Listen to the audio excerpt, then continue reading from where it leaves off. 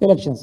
మళ్ళీ ఇప్పుడు ఏం చేయాలి? స్ట్రాంగ్ అవుతుంది కింద బీఆర్ఎస్ పార్టీ నాయకుల యొక్క ఆత్మ విశ్వాసాన్ని దెబ్బతీయాలంటే మళ్ళీ ఏం చేయాలి? మళ్ళీ ఇప్పుడు కేటీఆర్ గారికి మళ్ళీ ఏదో నోటీస్ ఇచ్చి మళ్ళీ పిలవాలి.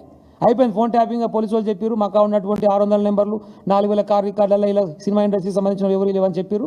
మూసుకు కొడుకులు కూడా మాట్లాడతాడు. అయిపోయింది. కాబట్టి మళ్ళీ కొత్తది ఇంకేదైనా దొరకబట్టాలి, మళ్ళీ ఒక ఏసీబీ నోటీస్ ఇవ్వాలి, మళ్ళీ కేటీఆర్ గారు పిలవాలి, బీఆర్ఎస్ పార్టీ కార్యకర్తల ఆత్మవిశ్వాసం దెబ్బతీయాలి. ఇదే పనిగా మనకి ఇంకో పని లేదు. ప్రజల కోసం ఆలోచన, రైతాంగం కోసం ఆలోచన లేదు. ఎట్లా బీఆర్ఎస్ పార్టీ అధినాయకత్వాన్ని ఇబ్బంది పెట్టగలుగుతాం అనేదే అని ప్లానింగ్, ఇంకో పనే లేదానికి. ఇప్పటికైనా మార్చుకొని మా తుంగతుర్తి నియోజకవర్గానికి, మా సూర్యాపేట జిల్లాకు రావాల్సినటువంటి కాళేశ్వరం జలాలను విడుదల చేసి మా రైతాంగాన్ని ఆదుకోమని చెప్పి మా రైతాంగం పక్షాన, మా నియోజకవర్గ ప్రజల పక్షాన హృదయపూర్వకంగా ముఖ్యమంత్రి గారిని విజ్ఞప్తి చేస్తూ ఉన్నా.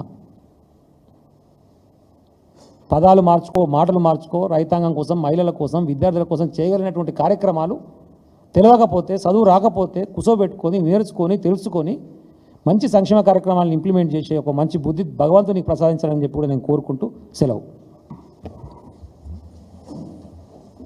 ధన్యవాదాలు.